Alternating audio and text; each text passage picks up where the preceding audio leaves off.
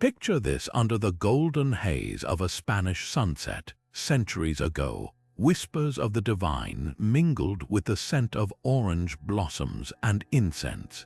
This was medieval Spain, a land where three faiths collided: Christianity, Islam, and Judaism, birthing a world alive with mystics, visionaries, and seekers of hidden truths. But while history remembers kings and conquerors, it has quietly erased the names of those who walked the knife's edge between heaven and earth. Who were these forgotten mystics? What forbidden knowledge did they guard, and why were their stories deliberately buried? Some spoke in tongues of fire, claiming visions of angels. Others pored over ancient texts, deciphering codes said to unlock the secrets of creation. There were women who healed with herbs and incantations, men who vanished into the desert carrying prophecies too dangerous to speak aloud. Their lives were threads in a tapestry of faith, magic, and defiance, threads that were frayed, cut, or woven into shadows. But tonight, we pull those threads back into the light. This isn't just a journey into the past, it's an excavation of the soul. These mystics weren't mere relics, they were rebels. They challenged empires, defied dogma, and dared to believe the divine could speak through a beggar as easily as a bishop. Some were celebrated, then silenced.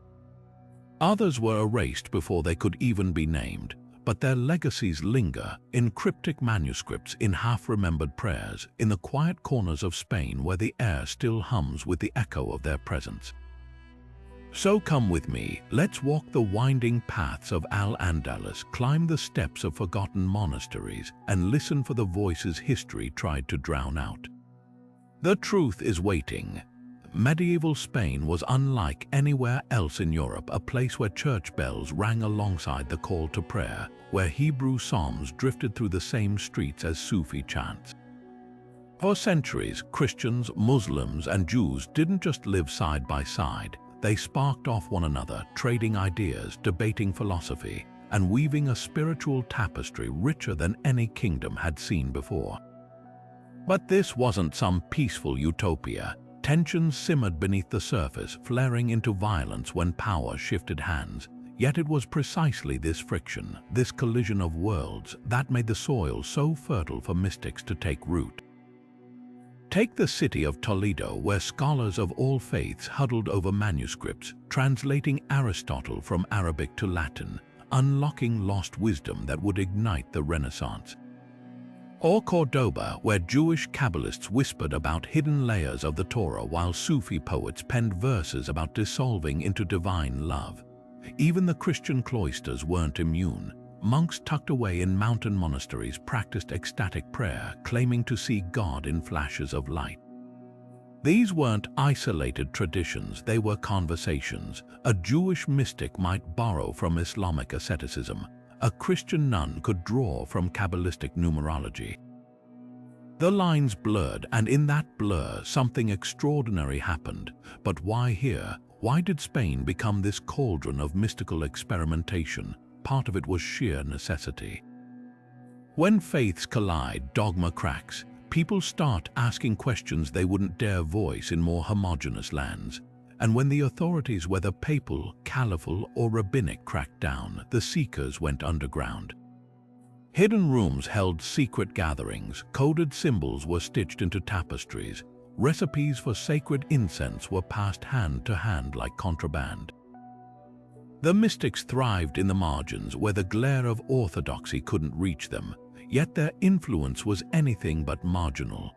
The Zohar, that cornerstone of Kabbalah, took shape in Spanish workshops. The Sufi Saint Ibn Arabi walked these roads, writing about a love so vast it erased the boundaries between religions. Even Teresa of Avila, centuries later, would inherit this legacy, her fiery visions echoing the same yearning that once set Spanish mystics ablaze. They were all drinking from the same well, a well that ran deeper than any single faith. And though history tried to forget them, their fingerprints are everywhere if you know where to look. To be a mystic in medieval Spain meant walking a razor's edge between reverence and suspicion, between divine inspiration and outright heresy. These weren't just pious monks or scholars, they were seekers who claimed direct encounters with the sacred, bypassing the rigid hierarchies of church, mosque, or synagogue. While priests and imams upheld doctrine, mystics spoke of tasting God's presence, of hearing voices in the wind, of dreams that unraveled the fabric of reality itself.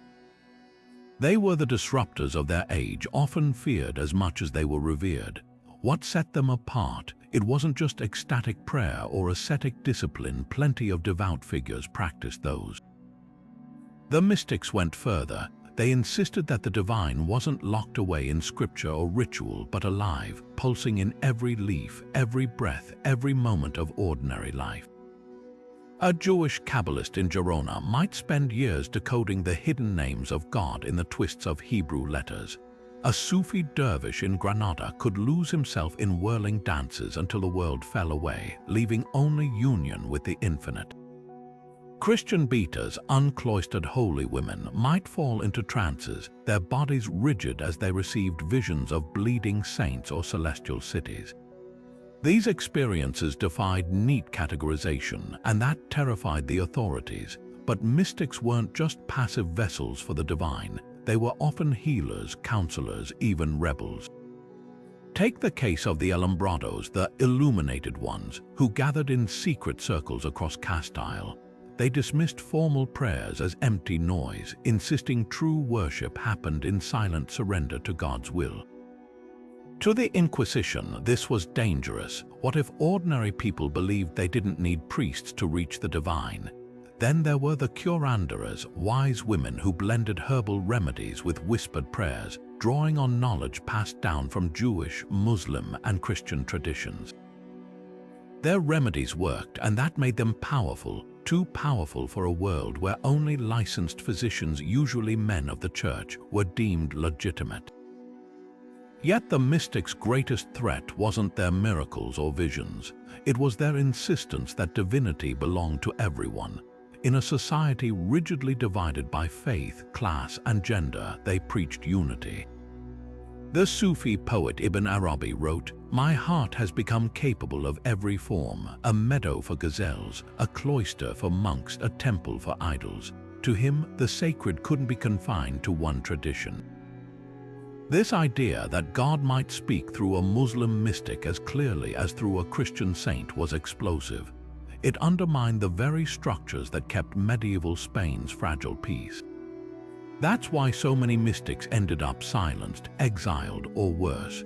The same forces that celebrated Teresa of Avila's raptures later censored her writings. The Kabbalist Moses de Leon circulated the Zohar anonymously, knowing its radical ideas could get him killed, and the Alumbrados, many vanished into Inquisition dungeons, their illumination branded as heresy. Yet their legacy couldn't be erased. Even today, in the quiet of a Spanish chapel or the rhythm of a Sufi chant, you can still hear the echo of their audacious claim that the divine isn't owned by institutions but breathes in the longing of every human heart. The narrow streets of Toledo still whisper of what was lost, not gold or jewels, but something far more precious: words, ink on parchment, painstakingly copied by candlelight, carrying the dreams of mystics who dared to map the unseen. The city's libraries were once legendary, stacked with manuscripts that blended astrology with angelology, alchemy with prayer, in languages half the world had forgotten. Jewish scribes annotated Arabic treatises on divine geometry. Christian monks preserved Sufi poetry alongside Gregorian chants. These weren't just books, they were portals, their pages vibrating with the belief that hidden knowledge could lift a soul straight into the arms of God. But where are they now? Follow the trail of ash. In 1492, the same year Columbus sailed west, the Alhambra decree expelled Spain's Jews and the purges began. Manuscripts were torn apart for kindling, their letters dissolving into smoke. The Inquisition raided private libraries, burning anything that smelled of superstition, or which to them meant anything that didn't fit neatly into church doctrine. Even the great Toledo school of translators, where scholars had once worked side by side across faiths, fell silent. The fires weren't always literal. Sometimes neglect did the work just as well. Parchments left to rot in damp cellars, nibbled by rats or dissolved into mulch by centuries of forgetting. Yet fragments survived: a Kabbalist's diary tucked into the wall of a synagogue in Segovia, a Sufi's love poem to the divine scribbled in the margin of a Latin psalter. Some texts fled Spain entirely, smuggled out in the saddlebags of exiled scholars, resurfacing in Venice or Constantinople. Others were never written down at all, passed mouth to ear in coded parables. The mystics knew their words were dangerous, so they buried them like treasure. In riddles, in art, even in the architecture of cathedrals where astrological symbols hide in plain sight among the saints. The greatest loss isn't just the words themselves, but the conversations they represented. Toledo's libraries were places where a Christian monk might debate a Muslim astronomer about the nature of time, where a Jewish mystic could argue that God's voice echoed in the Quran as surely as in the Torah.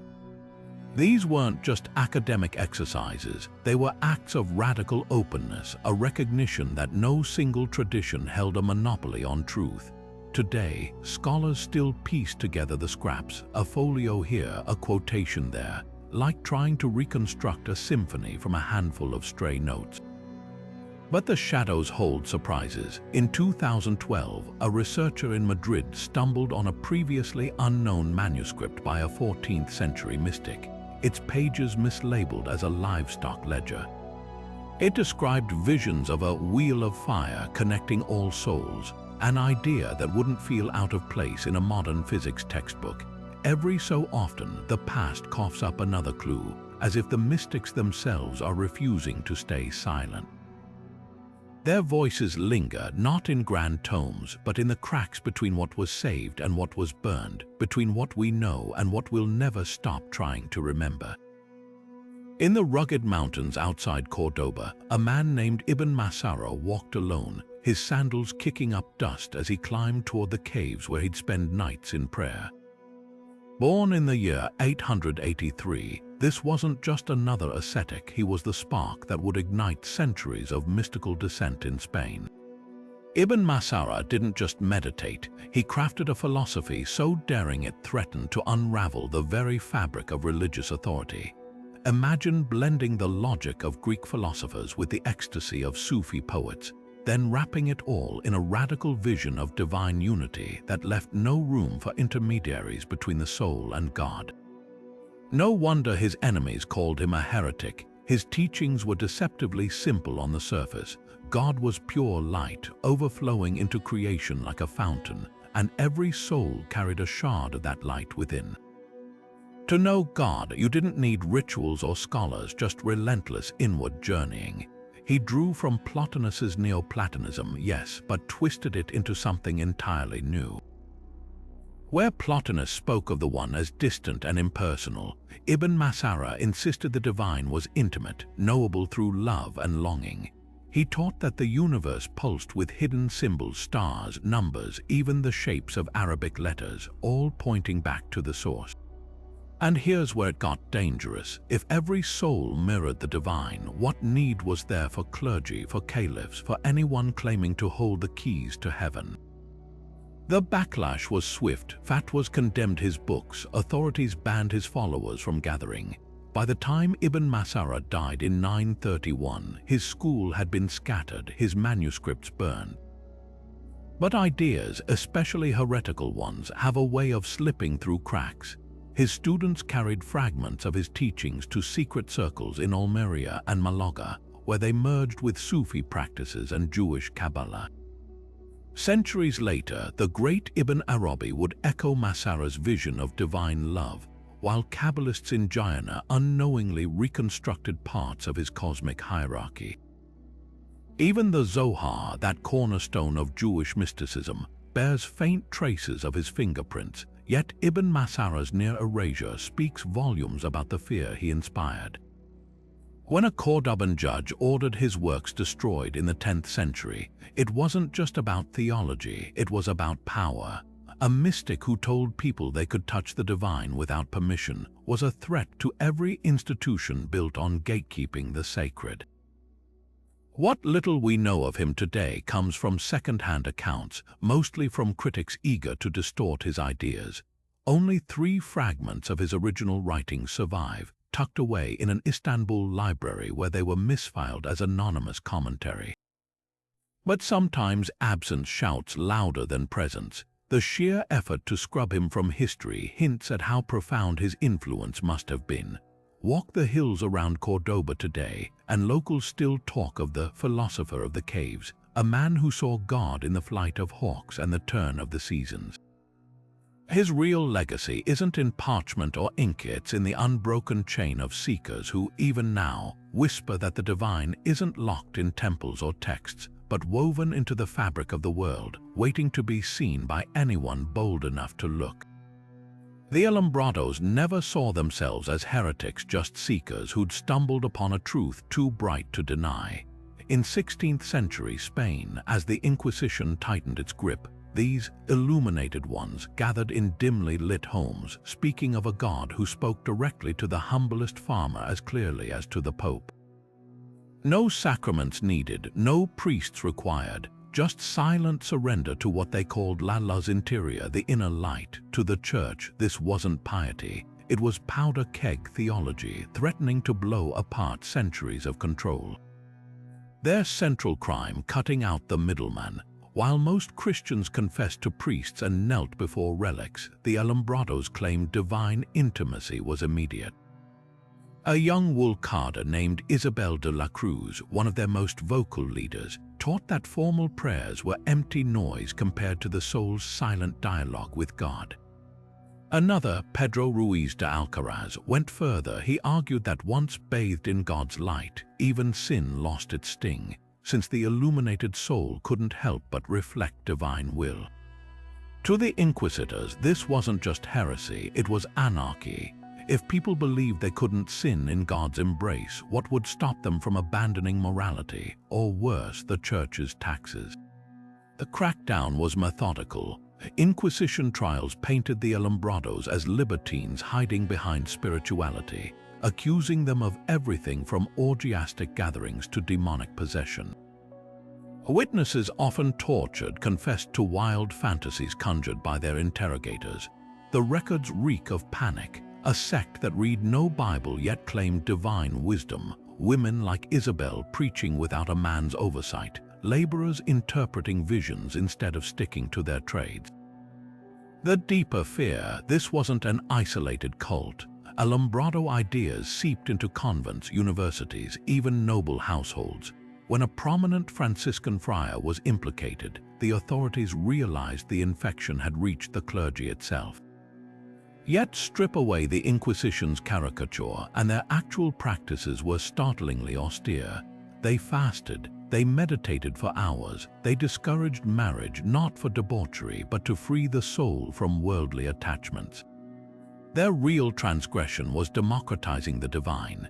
In a world where the church sold indulgences like tickets to heaven, the Alumbrados whispered that grace was free. That's why their fate was sealed. By 1525, hundreds were imprisoned, their tongues silenced forever. Isabel died in a dungeon, her teachings reduced to a prosecutor's mocking transcript.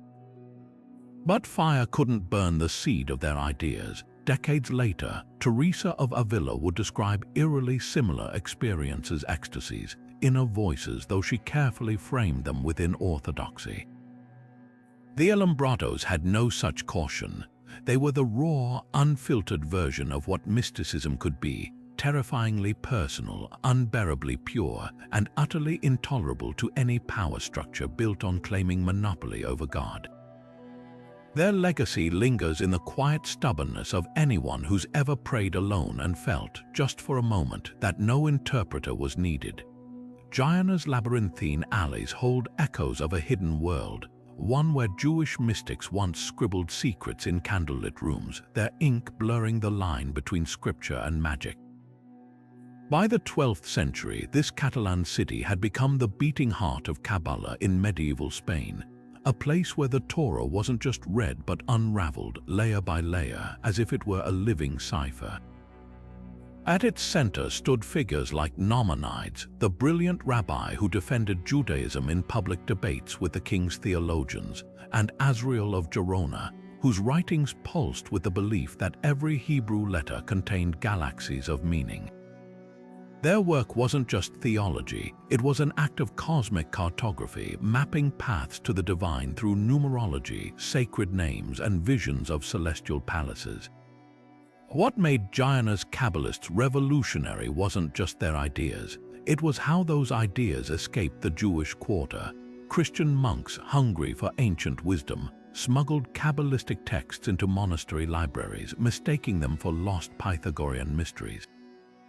Muslim Sufis, already steeped in their own esoteric traditions, recognized kindred spirits in the Kabbalists' quest to merge logic with ecstasy. Take the concept of Ein Sof, the infinite, unknowable God beyond all names.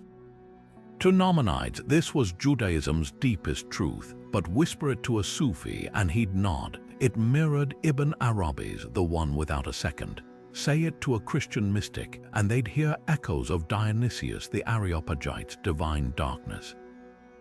The lines weren't just blurring, they were dissolving. The proof hides in plain sight. Walk into Giriona's cathedral today, and you'll find medieval frescoes where Solomon's seal overlaps with alchemical symbols.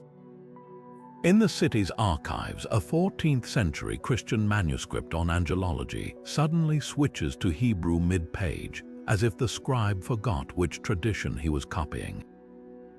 Even the Zohar, Kabbalah's most sacred text, likely took shape in this crossfire of influences. Its imagery of divine sparks trapped in matter sounds uncannily like Sufi tales of broken light, or even Cathar dualism seeping down from the Pyrenees.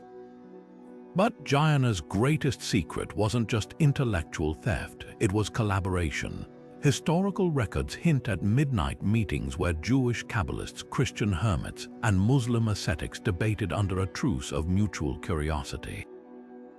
They shared more than ideas, they shared techniques. A Jewish mystic's meditation on the chariot throne of Ezekiel might borrow a Sufi breathing exercise to induce visions. A Christian monk's prayer manual could suddenly include Hebrew letter permutations, spliced in like a hidden key.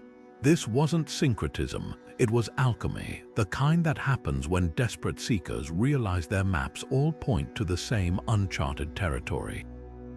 The backlash when it came was brutal. By the 1400s, the Inquisition razed Giriona's Jewish quarter, scattering its scholars to Italy, North Africa, and beyond. But the seeds had already been planted. You can trace them in Renaissance magicians like Pico della Mirandola, who bragged about mixing Kabbalah with Christian dogma, or in the way Teresa of Avila's visions of the soul as an interior castle mirror Kabbalistic diagrams of the soul's ascent. The mystics of Girona understood something dangerous, that at the highest levels all paths circle the same summit, and that's exactly why their books were burned, their names erased, their streets scrubbed clean of memory. Yet their shadows still stretch across time, whispering that the deepest truths aren't owned by any one faith, but live in the spaces between them. Hildegard of Bingen's name conjures images of German forests and Rhine monasteries, but her influence stretched far beyond, threading its way into the sun-baked heart of medieval Spain. While her visions famously shook the church in 12th century Germany, few realize how deeply her ideas resonated in Iberia, where mystics hungry for divine connection found in her writings a mirror to their own ecstatic experiences. Manuscripts smuggled along pilgrim routes or traded by traveling scholars carried Hildegard's prophecies into Spanish scriptoria, where they were copied, annotated, and sometimes rewritten with local inflections. A Benedictine abbess speaking of living light and the greening power of God didn't just inspire, she gave language to what Spanish visionaries had felt but couldn't articulate.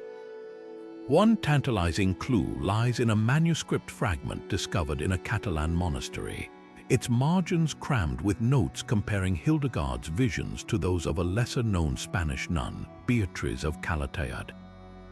Both described celestial cities with jeweled walls and rivers of sound. Both heard divine voices commanding them to write what you see and hear. The fragment suggests these women weren't isolated prodigies but part of a hidden conversation, a whisper network of seers who recognized each other across borders and dialects. Even more striking, Hildegard's concept of Viriditas, the sacred, greening force, animating all creation, echoes in the writings of Sufi mystics in Al-Andalus, who spoke of God's breath as a wind that makes the desert bloom. Coincidence or evidence of ideas leaping faiths? The connections grow darker when you trace how Hildegard's warnings about institutional corruption landed in Spain. Her fiery letters criticizing lax clergy were secretly circulated among reformist circles in Castile, where they fueled dissent against wealthy bishops. A Masarra Christian scribe in Toledo even interpolated her prophecies into an apocalyptic text, blending her imagery with local legends of a coming purification by fire. This wasn't passive admiration, it was tactical. Hildegard's authority lent weight to Spanish mystics' own critiques, giving them cover to challenge power while pointing to a renowned church-approved visionary. Yet the most profound link might lie in the body. Hildegard's detailed accounts of her physical suffering, her migraines, her paralysis, found kinship among Spanish female mystics who likewise framed their visions through bodily agony. When Teresa of Avila centuries later described her heart pierced by a flaming angel, she unknowingly echoed Hildegard's earlier vision of being pierced by light. Both women insisted their ecstasies weren't metaphor but physical reality, a radical claim that bridged the spiritual and the visceral. Manuscripts from a convent in Avila reveal nuns copying Hildegard's descriptions of divine union word for word, then adding their own glosses in the vernacular, as if translating her Latin into something more intimate, more raw. The trail goes cold where you'd most want it to speak. Inquisition inventories list a German abbess's book, seized from a converso household in Seville, its pages burned for unorthodox imagery. A single folio survives, tucked into a ledger in Salamanca's archives, Hildegard's sketch of the cosmic egg, the universe as a yolk suspended in God's breath, annotated in Ladino by an unknown hand. These fragments suggest a clandestine trade in mystical texts that authorities couldn't fully stamp out. What's lost is any direct correspondence, any smoking gun letter proving Hildegard knew her voice carried so far. But perhaps that's fitting. Mystics have always communicated in ways bureaucracies can't trace, through dreams, through symbols, through the quiet certainty that someone, somewhere, is listening. Beneath Granada's tiled courtyards and bubbling fountains, where the Alhambra's walls glittered under the Andalusian sun, a different kind of light flickered, one hidden in cellars and olive groves, carried in the hearts of Sufi mystics who danced on the edge of oblivion. These weren't the tame dervishes of official tariqas. They were the calendars, the wild ones, who scorned mosques for moonlit gatherings where poetry melted into prayer and the divine was sought not through rote recitation but through rapture. Their rituals were open secrets in Nasrid, Granada, circles of men and women spinning until their bodies became conduits for what they called soma, the hearing of God's voice in the crash of a cymbal, the gasp of a flute. To outsiders, it looked like madness. To them, it was the only sanity in a world choking on dogma. The brotherhoods had codes, of course. New initiates were blindfolded before being led to meeting places, sometimes caves in the Sierra Nevada, sometimes the back rooms of soap makers' workshops.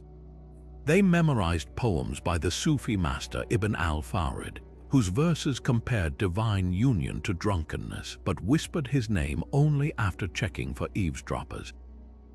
Their greatest secret, the Kitab al-Isra, a forbidden text claiming the soul could traverse 7 heavens in a single night, just as Muhammad had on his night journey. Copies were sewn into saddlebags or etched onto olive pits, traded like contraband.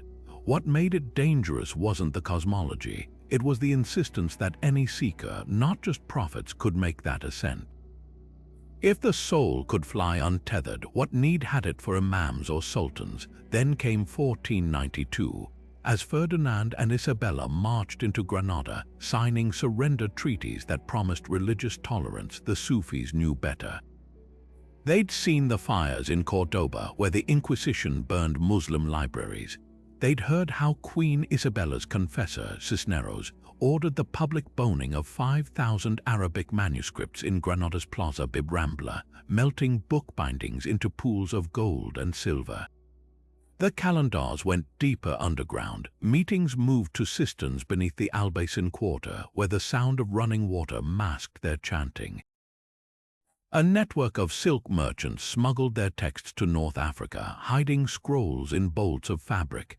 But the Inquisition had spies everywhere, disgruntled servants, rival mystics eager to trade secrets for mercy.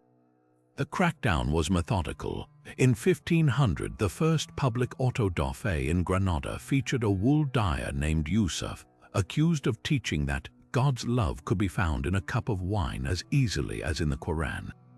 His sentence, 3 years in the galleys, after which his tongue was removed to prevent further blasphemies.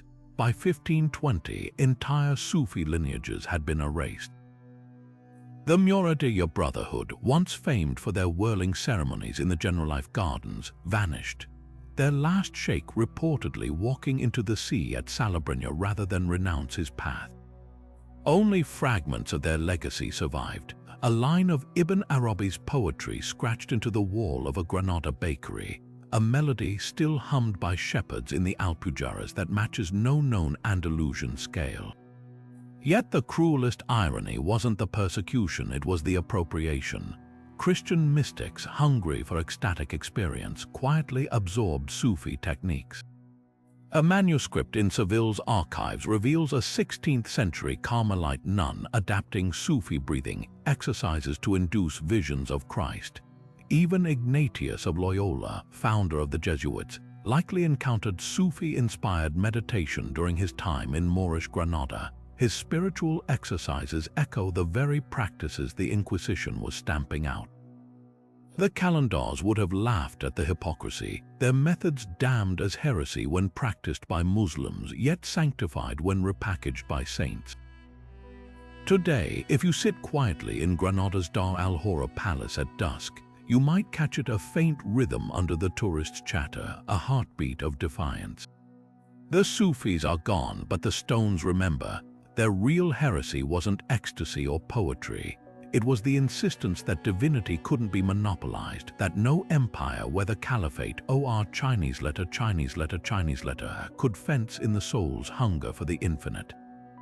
Sister Maria of Avila never set out to be a rebel until God started speaking to her in the voice of a beggar. In the year 1584, this seemingly ordinary Carmelite nun began reporting visions so startling they made even Teresa of Avila's ecstasies seem tame by comparison.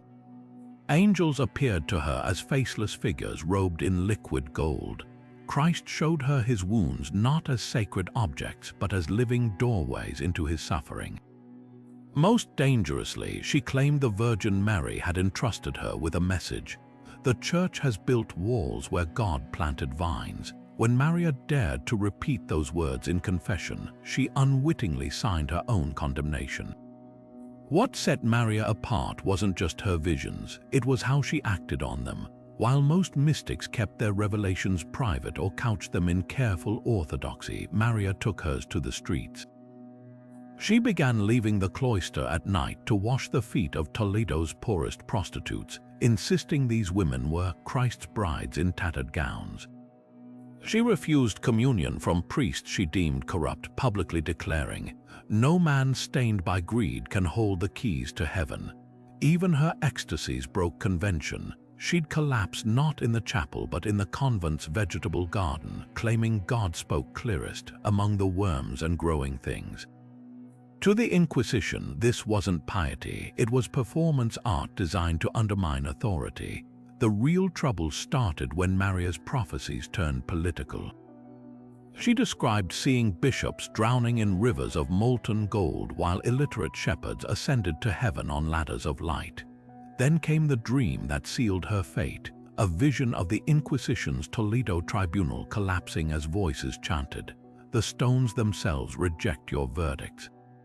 Word reached the wrong ears. By 1587, the Holy Office had a dossier on Maria thicker than those of accused witches.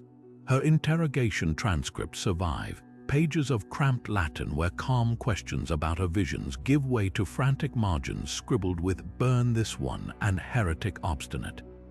But Maria's trial revealed the Church's dilemma. On one hand, she was clearly devout, fasting to the point of collapse, her cell bare except for a wooden cross. On the other, her insistence that divine favor bypassed clerical hierarchies struck at the Inquisition's power. Prosecutor Fray Alonso famously demanded, "How dare you, a woman with no Latin, claim to know God's will better than his ordained priests?" Maria's reply echoes across centuries, "Because he tells me while I pull weeds and you only listen in libraries." They never got a full recantation. After 2 years in the Inquisition's secret prisons, Maria emerged broken in body but not spirit. Sentenced to perpetual silence, she was transferred to a remote convent where nuns were ordered to report any unusual behavior. Yet her final act of defiance survives in a smuggled letter. They think walls can contain what the wind carries, but the olive trees whisper still, and I hear him in their leaves. Maria died forgotten in 1594, her grave unmarked, but in 2005, workers renovating her prison cell in Toledo found words scratched into the plaster. The keys were never theirs to hold. What makes Maria's story so unsettling isn't just her resistance. It's how she exposed the fault lines of institutional fear. The Inquisition could burn heretics and ban books, but how do you silence someone who finds God in the dirt beneath their fingernails? Her legacy isn't in grand treatises, but in the quiet persistence of anyone who's ever thought, "This isn't what holiness looks like." Because sometimes the most dangerous mystics aren't those who climb celestial ladders, but those who remind us the divine was always here, in the messy and the mundane, waiting to be seen without permission. In the shadow of Cordoba's Grand Mosque, where the scent of orange blossoms mingled with the hum of scholarly debate, a woman named Rahul Bat Yosef bent over a mortar and pestle, grinding myrrh into a paste that shimmered like liquid amber. By day, she was just another vendor in the Juderia's spice market. By night, seekers from all three faiths slipped through her door. Women desperate for childbearing potions, merchants begging protection from the evil eye, even a sunny jurist who came in disguise, seeking a cure for his daughter's wasting fever. Rahul never turned them away. Her hands moved with practiced certainty as she traced Hebrew verses over bowls of water, whispered Aramaic incantations over smoking bundles of rue, and pressed amulets of folded parchment into trembling palms. The parchments bore not just psalms but a secret, her own prophecies, scrawled in letters so tiny they resembled the veins of a leaf. Rahul's visions began at 12, when she woke her family screaming of a fire that would consume the synagogue, a fire that erupted 3 days later. By 20, she'd memorized not just the Torah but the Sefer Yetzirah, that cryptic manual of Jewish mysticism, though no rabbi would admit a woman to its study. Her real education came from an unlikely source, an elderly Muslim midwife named Zara, who taught her to read the future in the swirl of olive oil on water, and a Masarra Christian hermit who gifted her a stolen page of Hildegard of Bingen's visions, its Latin margins crammed with Arabic glosses. Rahul became a living crossroads, blending Kabbalistic letter magic with Sufi breathwork, Christian angelology with folk remedies older than the Romans. Her reputation spread quietly at first, a cure here, a true dream there, until the day she foretold the Almohad Caliph's sudden death months before his poisoned cup touched his lips. That prophecy earned her both reverence and danger. Jewish elders praised her publicly but whispered behind closed doors about the unnaturalness of a woman interpreting the divine. Muslim authorities tolerated her until she healed the wife of a prominent imam with a poultice of pomegranate and henna, sparking rumors that she'd usurped God's will. The breaking point came when Rahul dared to rebuke the Jewish community's tax collector for hoarding grain during a famine. Standing in the synagogue courtyard, her hair uncovered and her voice unshaken, she quoted the prophet Amos, "Let justice roll down like waters." Then added her own blistering revelation. The Shekinah weeps when her daughters are silenced. Within a week, the rabbinic court declared her remedies forbidden, her amulets idolatry. But the cruelest blow came from other women. Wealthy matrons who'd once begged for her love charms now crossed the street to avoid her.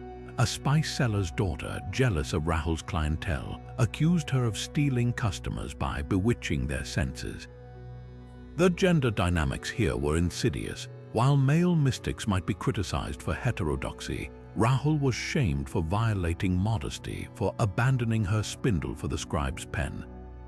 Even her body became a battleground when she fell into trances. Critics claimed it wasn't divine ecstasy but female hysteria, or worse, demonic possession. Yet Rahul's defiance still echoes in the fragments that survive. A Geniza in Fustat yielded a single sheet where she described God as the womb of all worlds, blending Kabbalistic imagery with visceral feminine metaphor. A Masarra chronicle mentions an unnamed Jewess of Cordoba who prophesied the 1148 earthquake, her warning ignored until the minarets shook. Most tellingly, the Inquisition's later records list R.B. Yosef among banned texts, proof that someone, long after her death, still feared her words enough to try erasing them. Rahul's story isn't just about persecution. It's about the particular price of female mysticism in a world where spiritual authority was coded male. Male Kabbalists wrote esoteric commentaries and were hailed as sages. Rahul healed bodies and was called a witch. Male Sufis danced in public ecstasy and were venerated. Rahul whispered her visions and was told to sow quietly. What survives of her isn't in official histories but in the quiet resistance of every woman who's ever been told her intuition is madness, her compassion is weakness, her voice is too loud for the room it's in. 5 centuries later, in that same Cordoba market, a tourist might pause at a stall where an old woman sells herbs bundled in parchment. If they look closely, they'll see the faintest markings, perhaps just creases, perhaps something more. The stallkeeper will smile, press the bundle into their hand, and say nothing at all. Some messages don't need words to endure. Beneath Seville's scorching sun, where the Guadalquivir River reflects the honey-colored arches of the Alcazar, a different kind of gold was being sought, not in mines but in crucibles. The Moorish alchemists of the 12th century weren't just chasing the philosopher's stone. They were after something far more elusive, the transformation of the soul itself. In hidden workshops tucked behind the bustling souks, these mystics stirred mercury and sulfur over furnaces, believing the metals' marriage mirrored the union of spirit and matter. Their manuscripts, written in coded Arabic and adorned with celestial diagrams, spoke of a process where leaden doubt could become golden enlightenment if one had the patience to endure the fire. What set Seville's alchemists apart was their refusal to separate science from the sacred. While European scholars like Albertus Magnus would later frame alchemy as a mechanical art, the Moors of Al-Andalus saw it as a form of worship. The great alchemist Jabir ibn Hayyan, though based in Baghdad, cast a long shadow here. His theory that all metals grew like plants in the earth's womb found fertile ground in Seville's intellectual circles. But the local masters added their own twist. They linked alchemical stages to Sufi stages of spiritual ascent. The blackening of matter in decay Negrido became the soul's dark night of the senses. The whitening albedo symbolized purification through divine love, and the final reddening rubido, that was the ecstatic moment when the seeker and the sought became one. The proof of their ambitions lingers in Seville's Biblioteca Colombina, where a crumbling manuscript titled The Emerald Tablet of the West details an experiment so audacious it borders on heresy. The anonymous author, likely a 13th century alchemist named Ibn Arfa, describes distilling rosewater under a full moon while reciting the 99 names of God, hoping to capture not just the flower's essence but the very breath of the divine. Elsewhere, a marginal note in a medical text reveals how alchemists bribed church bell ringers to time their experiments with the Angelus prayers, believing the sound waves could bless their elixirs. This wasn't just chemistry, it was high-stakes poetry where every stirred flask was a verse in an ongoing dialogue with the unseen. Their influence bled far beyond Andalusia. When the Crusaders sacked Constantinople in 1204, they carried back Arabic alchemical texts to monasteries in France and Germany. Scholars now recognize Seville as the likely source for the Liber Igneum, a manual of pyrotechnics that would later intrigue Roger Bacon. Even the legendary Nicholas Flamel, that 14th century Parisian bookseller turned alchemical celebrity, likely drew from Moorish sources. His purported masterpiece, the Book of Abraham the Jew, drips with imagery lifted straight from Andalusian manuscripts. The irony, while Flamel became a folk hero, the actual Moorish masters were erased, their names scrubbed from European translations or replaced with pseudonyms like Geber, to make their knowledge palatable to Christian audiences. Yet the real legacy of Seville's alchemists isn't in transmuted metals or coded grimoires, it's in their stubborn belief that the material and spiritual worlds weren't separate realms, but mirrors of one another. Walk the alleys around the old Moorish quarter today, and you'll find apothecaries still selling azog, the mercury once sacred to alchemists, alongside Saint Medals and rosewater. The seekers are gone, but their questions linger. What if matter isn't inert but alive? What if every atom hums with the same longing that twists in the human heart? And what if all along the philosopher's stone wasn't a thing to be found, but a way of seeing, a lens that turns the lead of ordinary perception into the gold of true sight? High in the jagged peaks of Montserrat, where the wind howls through limestone fingers pointing skyward, the caves have always been more than just hollows in the rock, they were portals. For centuries, Christian hermits scaled these cliffs with nothing but ropes of twisted hemp, seeking what they called el silencio que habla, the silence that speaks. The most sacred of these grottos, the Santa Cova, cradled a wooden statue of the Virgin Mary so revered that kings crawled on their knees for miles to kiss its feet. But the real secrets lay deeper, in fissures where the mystics of medieval Spain left traces of their hunger for the divine. The legends cling to these walls like the remnants of candle smoke. One tells of Brother Guerau, a 12th century hermit who spent 40 days in a cave so narrow he could neither stand nor lie down. On the 40th night, he emerged screaming that the Virgin had shown him a book written in letters of fire, a text that dissolved the moment he tried to touch it. Others whispered of the Liber Vermel, a 14th century manuscript discovered wedged between boulders, its pages filled with strange circular diagrams and lyrics to ecstatic dances meant to induce visions. Most haunting is the account of Eularia, a nun who fled her convent in 1422, claiming the caves sang to her. She lived there for decades, surviving on spring water and wild thyme, until she was found dead in a perfect kneeling position, her fingers tracing symbols in the dust no scholar could decipher. What drew them here? The answer lies in the mountain itself. Montserrat's surreal formations, towers of rock that look half-melted, as if shaped by something hotter than earthly fire, have always stirred the human imagination. The Benedictine monks who built the monastery below spoke of the mountain as a spiritual magnet, pulling seekers like iron to lodestone. But the caves offered something the cloisters couldn't: raw, unfiltered encounter. In chapels, God was mediated through priests and liturgy.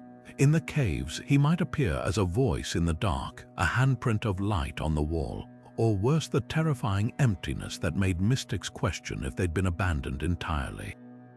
The physicality of their quest still lingers. Reach into crevices near the Santa Cova, and your fingers might brush 11th century graffiti. crosses scratched by hermits to mark their vigils, or the word dialctus, beloved, gouged over and over as if the rock itself could absorb their longing. In 2017, climbers discovered a hidden chamber containing a rusted incense burner, a psalter missing half its pages, and most eerily, a child's leather shoe from the 1300s, proof that not all who sought the caves went willingly. Some likely dragged their families into the wilderness, convinced the end times were near. The mountain guards its mysteries stubbornly. In 1985, a hiker stumbled upon a clay jar sealed with beeswax inside a fissure. Inside were strips of vellum bearing a mix of Latin, Arabic, and Hebrew in a single hand, a prayer for unity that scholars believe was hidden during the pogroms of 1391. Just last year, a drone survey revealed previously unknown caves high on the northern face, their entrances deliberately blocked with stones. No one knows what waits inside. Perhaps nothing, perhaps everything.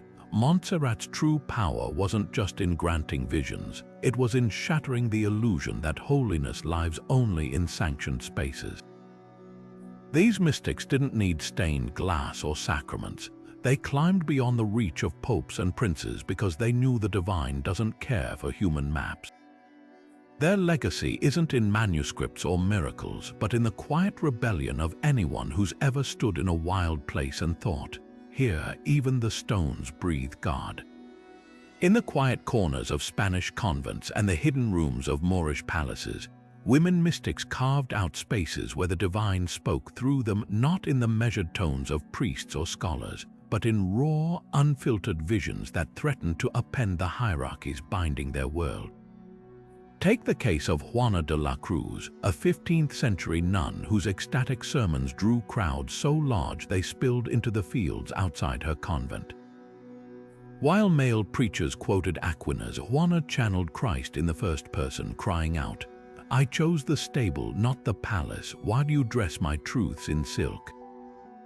Her words electrified the peasantry but so unnerved church authorities that after her death, her own order locked away her writings, labeling them too fiery for weak minds. Then there were the beaters, uncloistered holy women who walked a razor's edge between reverence and suspicion. Unlike nuns, they took no formal vows, answering only to their visions. Some, like Maria de Santo Domingo, became spiritual advisors to nobles, their bodies racked by stigmata as they dictated heavenly messages. Others, like the enigmatic La Peregrina of Seville, wandered barefoot between cities, claiming the Virgin had tasked her with sewing up the tears in the world's cloak. Their power lay in their ambiguity, too holy to dismiss, too unpredictable to control. The Inquisition's archives bristle with cases against beaters accused of feigned sanctity, a charge almost exclusively leveled at women. The subtext was clear: ecstasy in men was divine favor. In women, it was often diagnosed as hysteria or demonic deception. The silencing took subtler forms too. Male scribes editing the revelations of female mystics frequently softened their language, turning fiery critiques of church corruption into tame allegories.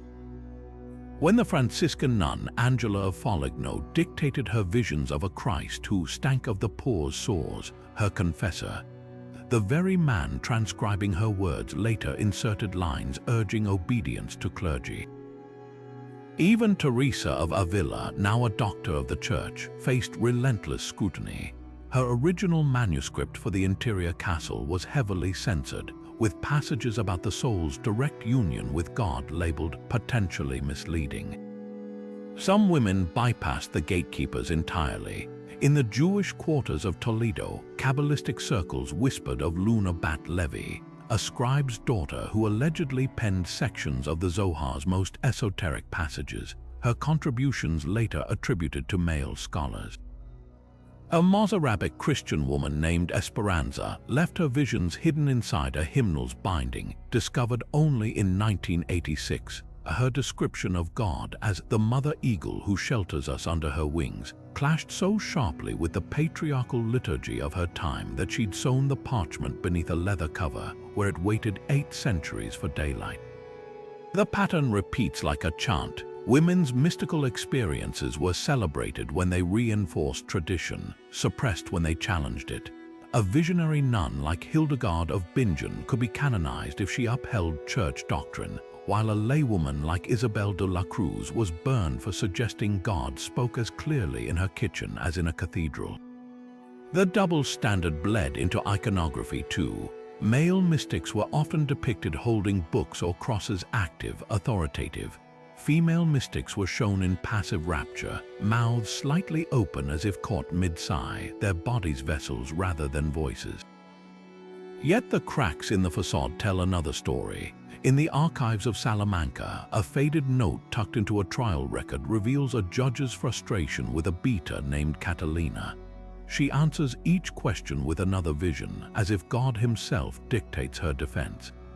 In Granada, a Muslim woman named Zahra al-Qurtubi was said to have memorized the entire Quran while in trance, her recitation so flawless that local imams attended her gatherings until a fatwa declared her a temptation to the faithful. These women wielded their mysticism as both shield and sword, leveraging their claimed intimacy with the divine to carve out spaces where their voices could resonate, however briefly. What survives of them now? Fragments, a line of poetry scrawled on a convent wall, a folk song in the hills of Catalonia about a lady who walked with angels, a recipe for healing balm passed mother to daughter with the warning, the wise women knew more than they could say. Their legacy isn't in grand treatises but in the stubborn persistence of questions they posed. Who gets to speak for the sacred, and what truths might we hear if we listen, really listen, to voices the past tried so hard to erase? The Cantigas de Santa Maria don't just sing, they glow. Painted in gold leaf and lapis lazuli, these 13th century songs commissioned by King Alfonso X of Castile are more than medieval hymns. They're a radiant collision of faith, politics, and esoteric symbolism. At first glance, they tell simple tales of the Virgin's miracle, sailors saved from storms, heretics converted by visions, but look closer and the melodies curl like smoke around hidden meanings. The sheet music isn't just notation, it's a labyrinth. The illustrations aren't mere decoration, they're coded maps, and Alfonso, the wise king who orchestrated this masterpiece, wasn't just a devout ruler, he was a mystic monarch using art as a portal to the divine. Take Cantiga 169, where a knight plunges into a river to retrieve a statue of Mary. The lyrics praise her mercy, but the real secret lies in the margins. The river curls into the shape of the Hebrew letter Shin, symbolizing the divine presence. The knight's armor mirrors the geometric patterns in contemporary Sufi manuscripts, suggesting spiritual armor. Even the musical mode, a rare Hijaz scale, echoes Andalusian Sufi chants. This wasn't accidental. Alfonso's court was a crucible where Jewish Kabbalists, Christian theologians, and Muslim musicians exchanged ideas under the guise of compiling simple songs. The cantigas became a living conversation, whispering across faiths in the language of light and sound. Then there's the matter of number magic. 429 songs survive, but scholars note the obsession with sevens, 7 sorrows of Mary, 7 musical modes, even 7 colors dominating the illuminations. In Kabbalah, 7 represents completion, the days of creation. In Islamic mysticism, it's the layers of heaven. Alfonso, who studied both traditions, layered these meanings into the very structure of the work. The 7th cantiga in each group of 10 always features a musical anomaly, a sudden shift to a Phrygian mode or a lyric that abruptly addresses the listener in first person, as if Mary herself is breaking through the page. But the boldest secrets hide in plain sight. Cantiga 300, a song about a Jewish boy thrown into an oven for taking communion, seems like standard anti-Semitic fare until you see the illumination. The boy emerges unharmed, his body bathed in light identical to the golden halos of saints, while the Christian persecutors recoil in shadow. The message: divine grace transcends dogma. It's a stunning subversion for an era when Jewish quarters were being razed. Some scholars argue Alfonso embedded these radical ideas deliberately, knowing only fellow mystics would catch them. Others claim the artists themselves, many likely Jewish or Muslim converts, slipped in quiet rebellions between the lines. The greatest enigma is Alfonso himself. Why would a Christian king pour such wealth into a project dripping with foreign influences? The answer might lie in his own suffering. Struck by a painful illness, possibly lupus or syphilis, he composed some canticles from his sick, describing Mary as both mother and physician. In Cantiga 290, he appears as a supplicant at her feet, his crown discarded, while the music swells in a rare chromatic ascent, mimicking the soul's struggle toward healing. Here, the mystic and the monarch merge, a king stripped bare before the divine, his power meaningless without grace. Today, the cantigas gather dust in libraries, their pages still whispering to those who know how to listen. A Sufi would recognize the whirling patterns in the borders as dervish dances. A Kabbalist might spot the tree of life hidden in the branching melodies. And anyone who's ever felt the divine brush against their skin in a moment of despair will understand why Alfonso insisted these weren't just songs but keys, each one a tiny, gilded door waiting to be opened. In the hushed corridors of Silo's Abbey, where the scent of aged parchment lingers like a phantom, monks still speak of the frail Sin Rostro, the faceless friar. They say he was once a mystic who spent decades transcribing visions of celestial choirs onto vellum, until one midnight his candle guttered out as he penned the final word.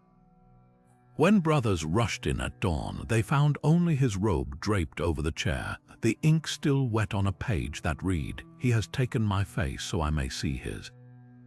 To this day, novices claim they hear scratching sounds near his old cell, as if a quill moves across paper in the dark. Skeptics dismiss it as wind through the cloister, but the abbey's cats refuse to enter that hallway after sunset. Then there's the Dama Blanca of Los Urbelas Gorge, a spectral woman in tattered Moorish silks seen gliding along cliff edges where no path exists. Local shepherds insist she's the ghost of Aisha al-Hara, a Sufi poetess who leaped into the ravine rather than renounce her love for a Christian knight. Her last poem, scratched into a cave wall with a dagger, allegedly foretold that her soul would dance on the wind until all divisions between faiths are undone. On moonless nights, travelers report hearing whispers in Arabic and Old Castilian twining together like vines, though no one stands nearby. The deserts of Almeria hold even stranger tales. Goatherds there avoid certain caves where the air smells inexplicably of roses, a phenomenon tied to the legend of Brother Eliseo, a hermit said to have prayed so fervently that his body mummified mid-kneeling. When discovered centuries later, his fingers were still clasped around a wooden cross blooming with fresh rose petals. The church declared it a miracle. The shepherds knew better. They left offerings of honey and almonds, murmuring that Eliseo's spirit tended an invisible garden where the thirsty earth drinks prayers instead of rain. These stories aren't just campfire fodder, they're living memory. In Guadeloupe, villagers reenact the Procesión de los Endemoniados every October, wearing masks carved to resemble the demon-haunted mystics who once roamed the region. The masks aren't grotesque but eerily serene because, according to lore, these weren't victims of possession, but saints whose ecstasies so terrified onlookers that they mistook divine rapture for madness. The procession ends at a ruined hermitage where, in 1583, a beata named Mariana was said to have levitated during prayer. The tiles where she hovered remain conspicuously unweathered, as if time refuses to touch them. Perhaps the most chilling legacy lingers in Toledo's Jewish quarter. After the expulsion, Kabbalists whispered that letters from sacred texts burned in the streets rose into the night sky to form new constellations. To this day, elderly residents point to a patch of stars above the former yeshiva, calling it Los Letras Ardientes, the burning letters. They say if you read them right, they spell out the 72nd name of God, the one even angels weren't meant to know. No astronomer has ever mapped those particular stars. What makes these ghost stories endure isn't just their spookiness, it's how they preserve what history tried to erase. The mystics may have been silenced, but the land itself remembers. The wind carries their chants, the stones hold their heat, and the shadows still move with the weight of all those unanswerable longings. Because in the end, a ghost is just a story that refuses to die, and these stories, they were written in fire. In the margins of medieval Spanish manuscripts, between lines of Latin prayer and Arabic poetry, the real conversation happens in symbols, twisting sigils that look half alive, geometric patterns humming with hidden mathematics, alchemical marks that seem to pulse under candlelight. These weren't doodles or decoration, they were a secret language, a way for mystics to encode truths too dangerous to speak aloud. Take the flower of the 7 petals, a symbol scratched into the cover of a Kabbalistic text in Toledo's Jewish quarter. At first glance, it resembles a child's drawing, but count the petals, 7, mirroring the days of creation, the layers of heaven in Sufi cosmology, even the sacraments of the church.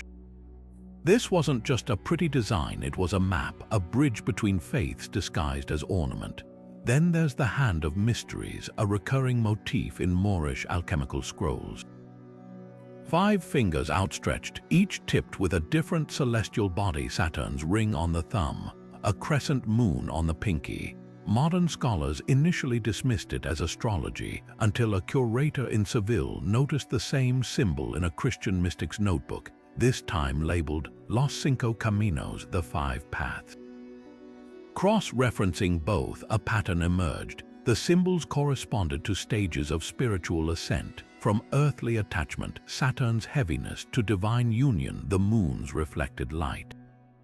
The Moors and Christians were using the same cipher, just with different labels, but some symbols resist decoding entirely. In a parchment hidden inside a reliquary in Burgos Cathedral, a series of interlocking triangles pulse with tiny Hebrew letters, their ink mixed with ground lapis lazuli. The shapes resemble Solomon's seal, but the letters spell no known word, just a repeating sequence: Aleph, Mem, Shin. Kabbalists recognize these as the 3 mother letters representing air, water, and fire. Alchemists might see the triad of salt, mercury, and sulfur, but the most chilling clue, a note in the margin, faded but legible. When the 3 become one, the veil tears.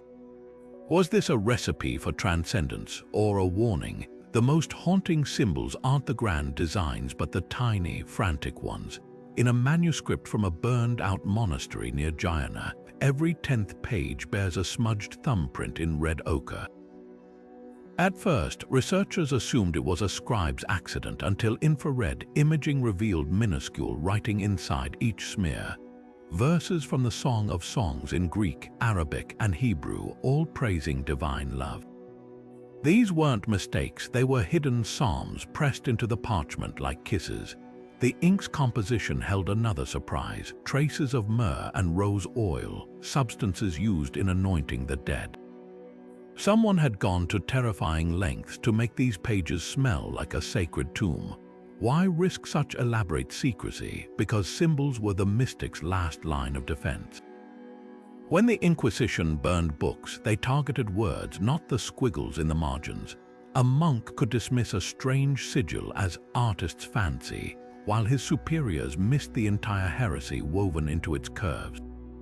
Even now, we're only beginning to crack their codes. In 2019, a mathematician analyzing a Sufi manuscript's geometric borders realized the shapes plotted Pythagorean harmonic sound waves that, when translated to musical notes, recreate a melody described in a nearby poem as the song the angels sing behind God's throne. The symbol's greatest power wasn't just concealment, it was connection. A Kabbalist drawing the tree of life in Zaragoza and a Christian nun sketching the ladder of divine ascent in Avila might never meet, but their diagrams share uncanny parallels. 10 spheres of emanation mirroring 10 rungs to heaven, pathways of light that look suspiciously like neural networks when viewed through modern eyes. The mystics may have worked in isolation, but their symbols suggest they were all tracing the same hidden contours of reality, fingers brushing against something vast and luminous just beyond the parchment's edge. And perhaps that's the ultimate message of these cryptic marks. They remind us that the divine doesn't only speak in words, it whispers in shapes, in numbers, in the spaces between ink and imagination. The mystics' new language was too frail a vessel for what they'd seen, so they left us puzzles, hoping someday someone would be reckless enough to solve them. Among the winding alleys of 15th century Granada, where the scent of orange blossoms mixed with the metallic tang of impending war, a silk weaver named Yusuf ibn al-Hakim began speaking in tongues. His hands, once skilled at threading silver through brocade, now trembled as he traced invisible script in the air. The visions came suddenly, flames licking the Alhambra's towers, Christian banners snapping over the Puerta del Vera, a weeping sultan boarding a ship for Africa. At first, his neighbors dismissed his ramblings as sunstroke or demonic whispers. But when his predictions of a failed harvest proved eerily accurate, even the Nasrid court's astrologers took notice. By the time he foretold the exact month Granada would fall, January 1492, his prophecies had become weapons in a psychological war few acknowledged was being waged.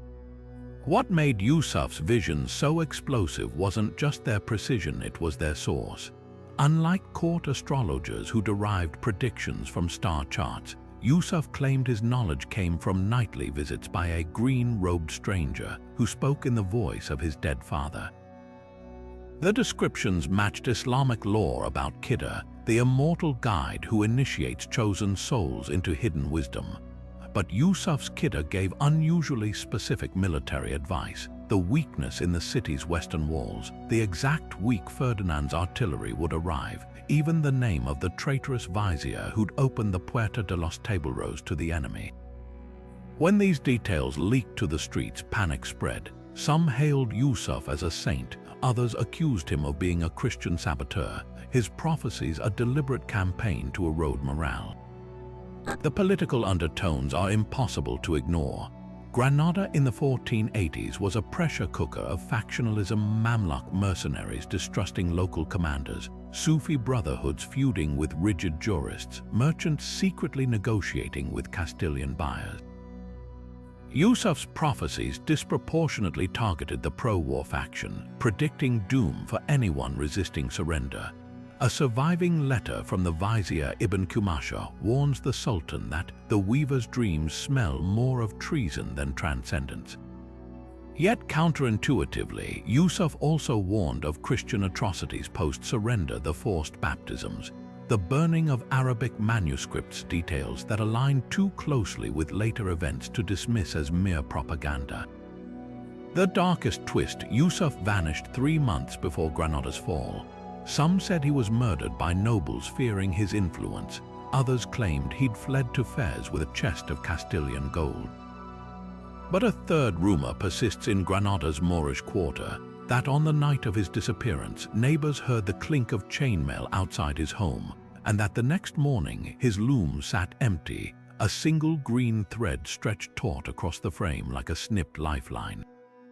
Whether he was a divinely inspired seer, a cunning insurgent, or an unwitting pawn in someone else's game, Yusuf's story exposes the razor's edge mystics walked in times of war. His prophecies didn't just predict history, they shaped it, proving that in the right hands, even visions can be wielded like swords. Beneath the watchful eyes of kings and inquisitors, a clandestine current of wisdom pulsed through medieval Spain, not in grand cathedrals or royal courts, but in the hushed corners of spice markets, the flickering light of pilgrim hostels, and the coded gestures of silk merchants. The mystics of this fractured land, Sufis whispering in Arabic, Kabbalists tracing Hebrew letters in the dirt, Christian hermits bartering psalms for bread, were far more connected than history records. Their ideas didn't vanish into isolation. They traveled, disguised as trade goods, scribbled in the margins of medical texts, or hummed in the melodies of wandering minstrels who knew a Sufi love poem could sound like a hymn to Mary if you changed a few words. Take the Camino de Santiago, that ribbon of pilgrimage routes stretching across Europe. To most, it was a path to absolution. To mystics, it was a smuggling route for forbidden knowledge. Jewish Kabbalists from Girona, disguised as Christian merchants, carried encrypted parchments sewn into pilgrim staffs. Moorish alchemists trading in Leon's markets slipped Arabic treatises on celestial harmonics into bundles of saffron. Even the humble converso apothecaries Jewish families forced to convert became couriers, hiding Sufi breathing techniques in coded recipes for calming elixirs. A 15th-century manuscript in Toledo's archives reveals the trick. A page of medicinal herbs, when held to candlelight, shows faint Hebrew letters beneath the Latin, detailing a meditation to see the divine light in all things. The real orchestrators of this underground exchange, women. While male scholars faced scrutiny at borders, female mystics moved freely as healers, midwives, and cloth merchants. A Masarra Christian beta might carry a Jewish amulet in her sewing kit to a Moorish noblewoman's childbirth, exchanging it for a scrap of Ibn Arabi's poetry tucked inside a bolt of silk. In Valencia, the Inquisition raided a conversor's home in 1493, finding a chest of love letters between her and a Muslim woman in Granada, except that love was a shared vision of God as mother, written in a mix of Arabic, Ladino, and Catalan. The trial record drips with the prosecutor's frustration. These heretics speak in tongues not even hell could decipher. Some networks operated in plain sight. The Zocos of Cordoba weren't just markets, they were living libraries. A Jewish spice seller's scales might balance not just cloves, but the weight of competing cosmologies. Kabbalistic Sephirot measured against Sufi stages of ascent, with a Christian mystic haggling over both while pocketing notes for his own treatise. The real currency wasn't coin but metaphor. When a Sufi poet sang of the wine of divine love, Kabbalists heard echoes of the Torah's wine of paradox, while Christian mystics nodded, recognizing their own Eucharistic imagery. This wasn't coincidence, it was deliberate linguistic alchemy, a way to share ideas under the radar. The most daring exchanges happened in shadowed courtyards after curfew. A recently discovered ledger in Seville lists weekly deliveries of Andalusian lemons to a Carmelite convent, except lemons weren't in season. Historians now believe it was code for Sufi Zohar study sessions, where nuns and exiled Muslim scholars compared Ibn Arabi's universal man with the Kabbalistic Adam Kadmon. The convent's thick walls muffled the debates, but the evidence lingers in the artwork. A fresco of the Annunciation in a villa shows the angel Gabriel holding a scroll with Arabic calligraphy barely visible under the paint. These networks didn't just spread ideas, they transformed them. The Sufi concept of fana, annihilation in God, merged with Kabbalistic ayin, divine nothingness, to resurface in St. John of the Cross's Nada, Nada, Nada. Moorish star charts annotated by Jewish astronomers became the basis for Christian mystic Ramon Llull's celestial geometry. Even the rosary's beads may trace back to Sufi prayer counters, adapted by conversors to avoid suspicion. Every shared symbol was a lifeline thrown across the abyss of dogma. Yet the greatest testament to these connections isn't in texts or artifacts, it's in the rebellions they inspired. When the Inquisition burned a Kabbalist's library in Toledo, his students reportedly sang his verses to a Sufi tune as the flames climbed. In Granada, a banned Sufi poem reappeared days later, stitched into the hems of mourners' cloaks in tiny, nearly invisible thread. These mystics understood what empires never could. Ideas carried in the heart can't be confiscated. Their networks weren't just survival strategies, they were living proof that the sacred refuses to be partitioned, that the deepest truths flow where borders crack, and that sometimes the most powerful act of resistance is simply to whisper across the divide. The Spanish Inquisition didn't just hunt heretics, it waged a war on wonder. From the moment Ferdinand and Isabella secured papal permission to establish the tribunal in 1478, Its targets extended beyond overt acts of heresy to anything that threatened the Church's monopoly on divine connection. Mystics, with their claims of unmediated encounters with God, were especially dangerous. Their very existence undermined the Inquisition's central premise that spiritual authority flowed exclusively through priests, sacraments, and sanctioned rituals.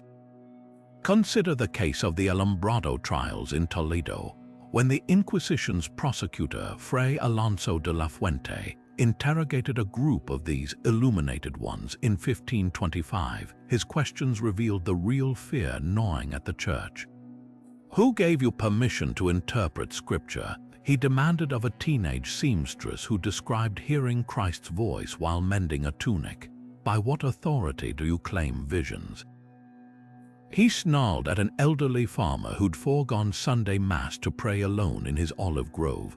The transcripts drip with panic. These weren't just misguided souls, but living proof that God might bypass the entire ecclesiastical hierarchy. The methods of suppression were as calculated as they were cruel. Public burnings of mystical texts served dual purposes, destroying knowledge and terrorizing potential sympathizers. In Granada's Plaza Bib Rambla, flames consumed not just Arabic philosophy and Kabbalistic scrolls, but also innocuous-looking manuscripts, herbal remedy books annotated with astrological symbols, love poems with Sufi double meanings, even children's primers where the letters formed hidden names of God. The message was clear: any writing that couldn't be easily controlled was a threat. Torture refined the eradication. The Inquisition's dungeons specialized in psychological torment alongside physical pain. A Kabbalist from Avila, arrested for possessing a coded diagram of the Sephirot, described being forced to watch as scribes meticulously defaced each Hebrew character with ink, then was strapped to a chair while they recited the Lord's Prayer in distorted, mocking tones, a perverse inversion of sacred utterance. Female mystics faced gender-specific humiliations. Beaters like Maria de Cazalla were subjected to invasive examinations for devil's marks, their ecstasies pathologized as female hysteria or sexual deviance. The goal wasn't just confession, but the desecration of the mystical experience itself. Propaganda completed the assault. Pamphlets circulated depicting mystics as orgiastic cultists or power-hungry frauds. A notorious woodcut from 1544 shows a beater levitating above a crowd while a demon whispers in her ear, reinforcing the Church's narrative that supernatural experiences outside its control were demonic illusions. This smear campaign had chilling success. Even Teresa of Avila, later canonized, faced years of suspicion from confessors who'd been trained to equate female visions with mental illness. Yet the Inquisition's greatest failure was its inability to grasp mysticism's resilience. For every text burned, 3 more were hidden behind false walls or smuggled to North Africa. Tortured Alumbrados recanted publicly but whispered their visions to cellmates. In Extremadura, a family of conversos preserved Kabbalistic meditations by encoding them into embroidery patterns. What appeared to be decorative vines on altar cloths were actually Hebrew letters spelling out the names of angels. The mystics' real heresy wasn't in their practices, but in their refusal to accept that the sacred could be owned, policed, or extinguished. Perhaps the most telling artifact sits in Madrid's National Archives, an inquisitor's ledger from 1589 listing confiscated items from a suspected Sufi's home. Between silver candlesticks and a silk robe, one entry stands out: un jarro de barro con agua olvidada, a clay jug of forgotten water. The clerk likely dismissed it as trash. But to the initiated, the phrase rang with significance. Sufi poets often used forgotten water as code for divine wisdom that persists even when repressed. The jug was empty when seized, yet the fact that someone centuries ago risked their life to keep it suggests they knew what the Inquisition never could. You can't burn what's already flowing underground. Forgotten manuscripts don't stay buried forever. By the 19th century, as Europe's libraries cracked open their dusty archives and scholars began sifting through centuries of neglect, a startling truth emerged: medieval Spain's mystical traditions hadn't vanished. They'd been waiting, pressed between the pages of herbals, tucked behind choir stalls, even sewn into the bindings of legal ledgers. The rediscovery began quietly, with men like José Amador de los Rios, a Spanish historian who in 1848 stumbled upon a cache of Hebrew poetry in Toledo's cathedral archive. At first glance, they were mere liturgical verses, but hidden in their acrostics were references to Kabbalistic practices the Inquisition had tried to erase. Then came the French Orientalist Ernest Renan, who in 1860 peeled back a layer of parchment in a Parisian monastery to reveal a palimpsest, a Christian penitential text scrubbed away to make room for an Arabic treatise on Sufi cosmology. The medieval monks had recycled the vellum, unaware they'd preserved the very heresy their predecessors sought to destroy. But the real game-changer was Solomon Schechter's 1896 excavation of the Cairo Geniza. This storeroom of discarded Jewish texts yielded fragments of Spanish Kabbalah long thought lost, including pages from the Circle of Isaac the Blind, a 13th-century mystic whose teachings on divine light echoed eerily in the writings of Teresa of Avila 300 years later. Suddenly, scholars realized medieval spirituality wasn't a series of isolated traditions but a vast, interconnected web. When German scholar Annemarie Schimmel began translating Sufi poetry in the 1950s, she found striking parallels between Ibn Arabi's concept of Wadat al-Wujud, the unity of existence, and the Christian mystic Ramon Llull's Book of the Lover and the Beloved, proof that ideas had flowed freely across religious lines long before modern interfaith dialogues. The discoveries kept unraveling old assumptions. In 1982, historian Luz López Baralt deciphered marginalia in a Mozarabic psalter that revealed Christian nuns secretly studying Sufi breathing techniques. A decade later, a team in Granada's Alhambra found Arabic calligraphy etched into the plaster of a Christian chapel, not vandalism, but a deliberate inclusion of the basmala, in the name of God, by artisans who saw no contradiction in honoring both traditions. Each fragment forced historians to confront a medieval Spain far more fluid and intellectually daring than the Reconquista narrative suggested. Technology accelerated the revelations. Multispectral imaging in 2015 exposed hidden text in a burnt manuscript from Silo's Abbey charred pages that, when scanned, revealed a dialogue between a Jewish Kabbalist and a Benedictine monk debating the nature of angels. Even more astonishing was the 2021 AI reconstruction of a shredded parchment from an Inquisition trial, which showed the accused, a Morisco midwife, had been teaching a form of Sufi Jewish meditation to noblewomen under the guise of childbirth prayers. The deeper scholars dug, the clearer it became. The mystic's greatest trick wasn't disappearing, it was hiding in plain sight. Yet the most poignant rediscoveries aren't in libraries but in living traditions. In Morocco's Rif Mountains, descendants of exiled Andalusian Muslims still sing nubas with lyrics lifted straight from Ibn Arabi. Ladino-speaking communities in Istanbul preserve Kabbalistic lullabies that originated in Toledo's Jewish quarter. Even the flamenco's raw, trembling Count Jondo carries echoes of Sufi Hikka ceremonies. These aren't artifacts but lifelines, proof that while empires tried to divide medieval Spain into neat categories of faith, the mystics were busy weaving a tapestry no sword could fully sever. What emerges from these fragments isn't just a corrected historical record, it's a challenge.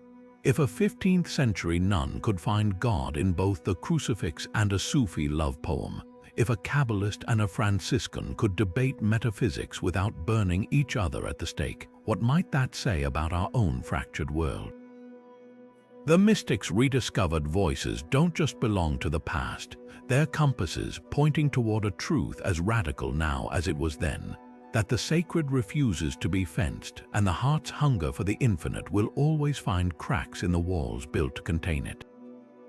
The towering figures of Teresa of Avila and John of the Cross cast long shadows across history, so long that they nearly eclipsed the mystical voices that came before them. By the time Teresa penned The Interior Castle and John wrote Dark Night of the Soul, their works had already been polished by church censors, their radical edges smoothed into orthodoxy.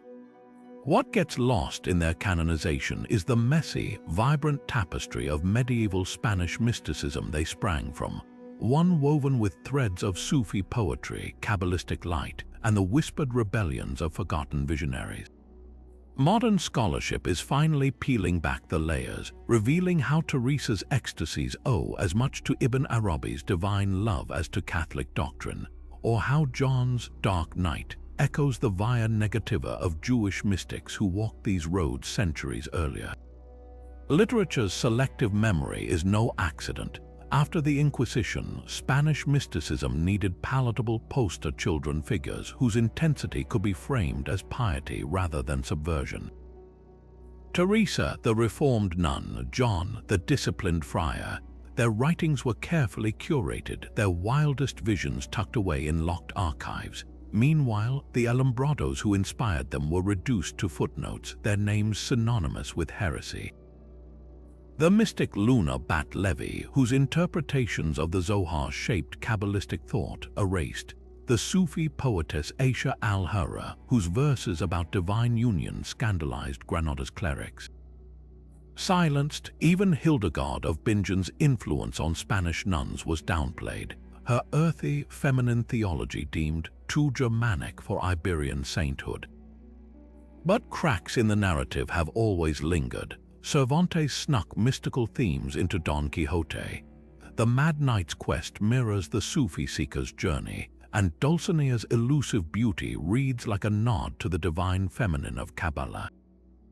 Lorca's poetry throbs with imagery ripped straight from the cantigas of Alfonso X's court, where Jewish, Muslim, and Christian mystics once swapped metaphors like trade goods. These weren't accidents, they were quiet acts of recovery, a literary underground keeping the old fires alive. Today's authors are tearing down the facade altogether. Novelists like Maria Duña's The Time in Between and Antonio Muñoz Molina Sefarad weave forgotten mystics into historical fiction, resurrecting figures like the Kabbalist Rahul Bat Yosef or the Sufi weaver Yusuf ibn al-Hakam as fully realized characters rather than curiosities.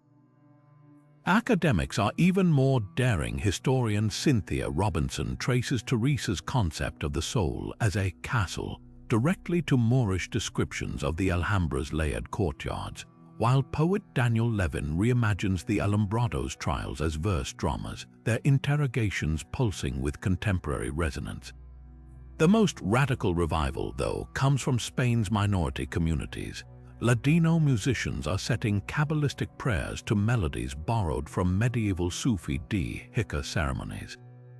In Granada, a collective of Muslim and Jewish artists collaborates on illuminated manuscripts blending Ibn Arabi's calligraphy with Zoharic symbolism.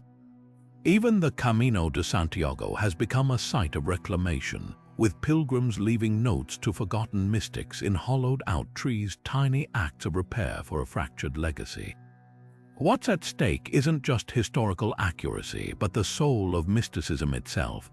Teresa and John distilled divine encounter into tidy stages, but their predecessors knew the sacred was wilder, a force that could seize a wool carder as easily as a bishop, that spoke in dreams and desert winds as clearly as scripture. Literature's job now is to unshackle that energy, to let the silenced walk back onto the page with their full, untamed voices. Because the truth was never in the canon, it was in the whispers between the lines, the stories too dangerous to tell until now. Beneath the sun-baked soil of Seville, in the shadow of what was once the grandest mosque in Al-Andalus, archaeologists brush away centuries of dust to reveal a tiny copper amulet no larger than a thumbnail. Its surface is etched with interlocking triangles, a Jewish Star of David woven seamlessly with an Islamic 8-pointed star. Nearby, a scrap of parchment bears a recipe in Ladino for peace of heart, blending myrrh, rose petals, and a whispered verse from the Quran. These aren't just artifacts, they're silent witnesses to a world where mystics of all faiths shared more than just city walls. Similar discoveries are rewriting history across Spain. In a hidden alcove behind a Valencia church's sacristy, restorers found 15th century graffiti, crude but unmistakable, a Christian cross superimposed over a Kabbalistic tree of life, their lines intersecting at the heart. The charcoal smudges suggest it was drawn in haste, perhaps during a pogrom or Inquisition raid. Further north, in the caves of Albarracin, infrared imaging exposed handprints on the walls, each fingertip dipped in ochre and stamped beside symbols that merge Hebrew letters with Sufi numerals. These weren't random marks, they mapped stages of meditation, a physical trail of spiritual ascent left by those who sought the divine in secret. The most startling finds come from domestic spaces. Excavations of a 14th century Toledo house uncovered a false floor beneath the kitchen, concealing a trove of forbidden objects, a clay vial of mercury sacred to alchemists, a scrap of silk embroidered with the 99 names of God in Arabic but knotted like a Jewish tzitzit fringe, and most hauntingly, a child's wooden doll with Quranic prayers carved into its limbs alongside Latin psalms. This wasn't heresy, it was hybridity, evidence of families weaving multiple mystic traditions into daily life. Recent LiDAR scans near Cordoba's ancient Jewish quarter revealed something even more provocative, a network of subterranean tunnels connecting a synagogue cellar to a nearby mosque's meditation chamber. Charred remnants of candles and olive pits suggest these passages hosted clandestine gatherings. One tunnel wall bears a finger-drawn mural of a three-faced figure, a clear nod to the Christian Trinity, yet surrounded by Hebrew letters spelling Eye Asher Eye, I am that I am. To modern eyes, it's a theological collision. To those who gathered here, it may have been a daring synthesis, but perhaps no artifact speaks louder than the Silos bowl, discovered in a Burgos monastery storeroom in 2014. At first glance, it's a simple ceramic vessel, but tilt it toward the light and its glaze reveals a hidden message, a spiraling text in Arabic, Hebrew, and Latin that, when translated, reads, "The path is one, though the pilgrims walk many roads." The bowl's base shows microscopic traces of wine, olive oil, and salt ingredients used in all three faiths' sacred rites. Was this a shared communion cup? A mystic's tool for blending rituals? The answer lingers just beyond reach, like the faintest echo of a chant sung centuries ago. These fragments force us to reconsider what orthodoxy meant in medieval Spain. The amulets, the graffiti, the tunnels, they tell of a spirituality too fluid for labels, too vital to be contained by dogma. Every scratched symbol, every buried object whispers the same truth, that the mystics' greatest legacy wasn't in their grand treatises, but in the quiet, stubborn persistence of their daily defiance. They left maps not in ink, but in the very earth, waiting for our hands to uncover them, and our hearts to decipher their code. The forgotten mystics of medieval Spain aren't relics of the past, they're lightning rods for the present. In an era where religious division still fractures nations and spiritual authority is often weaponized, their radical insistence that the divine belongs to everyone, not just priests, clerics, or gatekeepers, feels less like history and more like a manifesto. Consider the modern hunger for spirituality outside institutional walls. Yoga studios packed with seekers chasing transcendence, mindfulness apps repackaging ancient meditation techniques, the rise of spiritual but not religious as a global identity. These aren't trends, they're echoes of the medieval mystics' rebellion against dogma. Just as Teresa of Avila turned her convent cell into a chapel of the heart, today's seekers are crafting altars in apartment corners and forest clearings, proving the sacred refuses to be confined. But the mystic's legacy runs deeper than personal practice, it's a blueprint for resistance.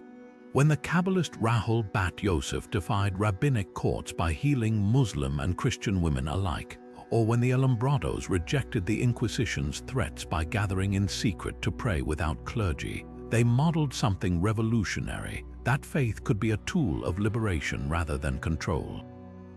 Fast forward to the 21st century, and you'll find the same fire in activists blending spirituality with social justice, the Buddhist monks marching for climate action, the Sufi poets jailed for writing verses of interfaith unity, the Jewish mystics reviving ancient rituals at protests for Palestinian rights. The mystics knew what modern movements reaffirm. Any spirituality that isn't rooted in solidarity is just performance. Their most urgent lesson, though, lies in their embrace of paradox. In a world addicted to binaries, sacred versus secular, orthodox versus heretic, us versus them, the medieval mystics danced in the in-between. Sufis like Ibn Arabi wrote love poems to the divine that could pass as both Quranic commentary and Christian mysticism. Kabbalists encoded their secrets in symbols that spoke to Muslim mathematicians and Catholic alchemists alike. Today, that same fluidity thrives in the liminal spaces where traditions cross-pollinate. The yogi who chants Hebrew psalms during sun salutations, the imam quoting Rumi alongside Martin Luther King Jr., the queer spiritual collectives rewriting liturgy to honor marginalized voices. The mystics didn't just tolerate multiplicity, they saw it as the very fabric of the sacred. Perhaps their greatest gift is the proof that oppression rarely erases what matters most. Burn their books and the ideas migrate to embroidery or song. Silence their voices and the land itself remembers. The way the olive trees of Granada still hum with Sufi chants, or the way Spanish flamenco's raw wails mirror both Jewish laments and Moorish prayers. Today, as authoritarian regimes again police belief and algorithms profit from division, the mystics whisper across time, the truth might be buried, but it never dies. You'll find it in the teenager doodling sacred geometry in a textbook margin, the grandmother passing down herbal remedies with a wink, the artist smuggling protest into stained glass. Because mysticism was never just about heaven, it's about hacking the system, finding the cracks in the empire's walls, and slipping through with your soul intact. Ghosts don't always rattle chains or drift through walls sometimes. They linger in the way a Sufi's poem still hums in a flamenco singer's throat, or how the shadow of a Kabbalist's candle flickers in the glow of a smartphone screen scrolling sacred symbols.